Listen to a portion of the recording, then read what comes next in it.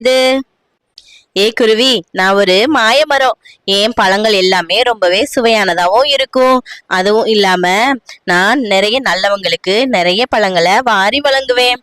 அதனாலயே என்னோட பழங்கள் என்னமோ ரொம்பவே டேஸ்டாவும் இருக்கும்.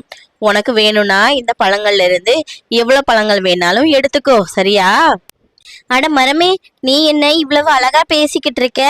எனக்கும் ப்ளூபெர்ரி மரங்கள்னா ரொம்ப பிடிக்கும். ஏன்னா என்னோட பொண்ணுதியா ப்ளூபெர்ரி பழங்கள்னா ரொம்பவே விரும்பி சாப்பிடுவா.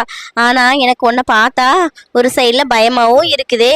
உன்னை நான் எப்படி நம்புறதுன்னு எனக்கு ஒண்ணுமே தெரியலையே. குருவி, நீ எதுக்கும் பயப்படாத. என்னோட பழங்களை நீ நல்லவங்களுக்கு மட்டுமே உபயோகப்படுத்தினா உனக்கு இந்த பழங்கள் நான் தினமும் கொடுத்துக்கிட்டே இருப்பேன்.